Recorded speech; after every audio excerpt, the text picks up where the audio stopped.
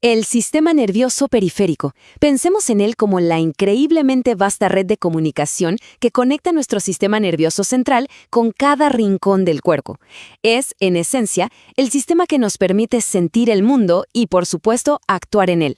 A lo largo de este análisis, vamos a desglosar su estructura y sus componentes más fundamentales para entender cómo funciona. Para organizar nuestro recorrido, lo hemos dividido en 4 partes clave. Iniciaremos con una introducción general para sentar las bases. Luego, nos sumergiremos en los receptores sensitivos, que son los que captan toda la información. De ahí pasaremos a las terminales motoras, encargadas de ejecutar las acciones. Y finalmente, exploraremos los ganglios y nervios, que son las estructuras que conectan todo el sistema. Muy bien, comencemos. La función primordial del sistema nervioso periférico es ser un puente de comunicación. Sin él, el cerebro y la médula espinal estarían completamente aislados. Sería como tener una central de mando increíblemente potente, pero sin cables, totalmente incapaz de recibir información o de enviar órdenes. Entonces, en términos más formales, el sistema nervioso periférico, o SNP, abarca todas las estructuras nerviosas que se encuentran fuera del sistema nervioso central. Esto incluye desde los receptores microscópicos que tenemos en la piel hasta los largos nervios que recorren nuestras extremidades. En conjunto, actúan como el sofisticado cableado biológico de nuestro cuerpo. Para entender bien su funcionamiento, es útil pensarlo en sus 4 componentes principales. Primero, los receptores sensitivos, que captan los estímulos. Segundo, las terminales motoras, que ejecutan las respuestas. Tercero, los nervios, que son las vías que transmiten las señales. Y cuarto, los ganglios, que actúan como estaciones de relevo. Cada uno de estos componentes, como veremos, juega un papel absolutamente insustituible. Ahora, adentrémonos en el punto de partida de toda percepción, los receptores sensitivos. Estos son, literalmente, los sensores del cuerpo. Se trata de estructuras increíblemente especializadas que tienen una tarea fascinante: traducir estímulos físicos y químicos, ya sea una caricia, el calor o la presión, en impulsos nerviosos que el cerebro pueda finalmente interpretar. Estos sensores se clasifican principalmente según su ubicación. Por un lado, tenemos los exteroceptores, que están en la superficie, como en la piel, y nos informan sobre lo que ocurre en el mundo exterior. Pero por otro lado, tenemos los propioceptores. Estos se encuentran dentro de nuestros músculos y articulaciones, y nos dan esa noción, casi mágica, de saber dónde están nuestras extremidades sin siquiera tener que mirarlas. Son la razón por la que podemos mantener el equilibrio con los ojos cerrados, por ejemplo. Hablemos de la piel, porque como órgano sensorial es de una complejidad realmente asombrosa, y es importante saber que no toda la piel siente de la misma manera. Los patrones de nervios son notablemente distintos entre la piel sin vello, como la de las yemas de los dedos, y la piel vellosa. Cada una está optimizada para tipos de percepción muy diferentes. Dentro de esta red cutánea encontramos una gran diversidad de terminaciones. Algunas son libres y se especializan en detectar dolor y temperatura. Otras son más complejas, como los receptores de Merkel, que responden al tacto sostenido. Pero hay un grupo que es particularmente fascinante, y son las terminaciones encapsuladas, que vamos a ver con más detalle ahora. Y aquí es donde la especialización del sistema se vuelve realmente interesante. Los corpúsculos de Meissner son un ejemplo perfecto. Su altísima concentración en las yemas de los dedos es precisamente lo que nos permite realizar tareas de una finura increíble, como leer braille o sentir la textura casi imperceptible de una tela. En cambio, si miramos los corpúsculos de Pacini, vemos algo diferente.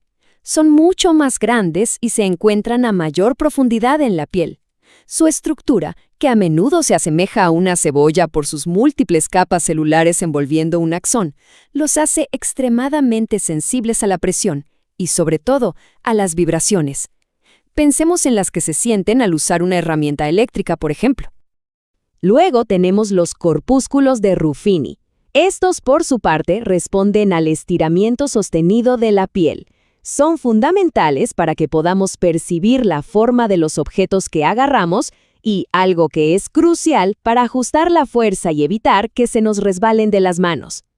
Bien, dejando la piel por un momento, volvemos a la propiocepción, Los usos neuromusculares son sensores increíblemente sofisticados que se encuentran dentro de los músculos. Su trabajo es informar constantemente al sistema nervioso sobre cuánto se está estirando un músculo, permitiendo esos ajustes finísimos que definen los movimientos de alta precisión de, por ejemplo, un cirujano o un músico. Perfecto. Una vez que toda esa información sensitiva ha sido recopilada y procesada, el sistema debe generar una respuesta. Y es aquí donde entran en juego las terminales motoras.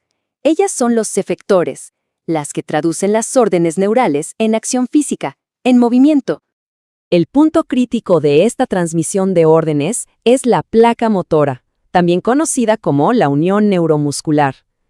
Es básicamente una sinapsis de altísima ingeniería donde el extremo de un axón motor se acopla a una fibra muscular. La liberación de neurotransmisores justo en este punto es la señal inequívoca para que ese músculo se contraiga. Ahora, el control motor no se ejerce fibra por fibra, sería muy ineficiente. En cambio, se organiza en lo que llamamos unidades motoras. Esto quiere decir que una sola motoneurona, al ramificarse en su extremo, puede controlar a todo un grupo de fibras musculares. De esta manera, cuando esa única neurona se activa, todas las fibras que inerva se contraen al unísono. Y esto ilustra brillantemente el principio de eficiencia y precisión del sistema.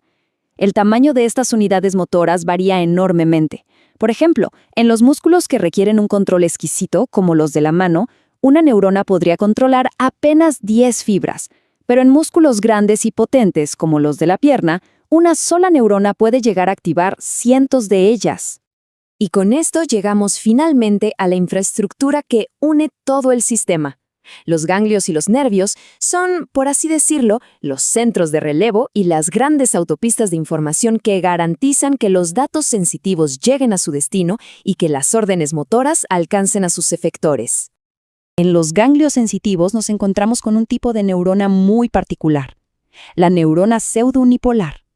A diferencia de la neurona típica que solemos imaginar, de su cuerpo celular emerge una única prolongación que un poco más adelante se divide en dos. Una de esas ramas va hacia la periferia para recoger la señal, y la otra entra directamente en el sistema nervioso central. Claro, esta estructura tan única nos lleva a una pregunta interesante.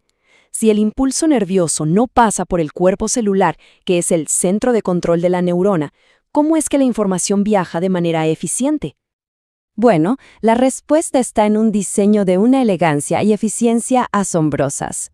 El impulso nervioso viaja directamente desde la rama periférica a la central, esencialmente saltándose el cuerpo celular.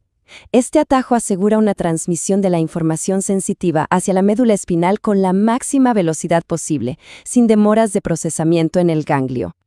Para concluir, queda una reflexión. El sistema nervioso periférico es una red de una complejidad y especialización extraordinarias, y su correcto funcionamiento es algo que solemos dar por sentado. Pero vale la pena preguntarse, ¿cómo cambiaría nuestra percepción de la realidad si fallara incluso el más pequeño de sus componentes? La respuesta, creo, nos recuerda su importancia vital en cada instante, en cada movimiento y en cada sensación que experimentamos.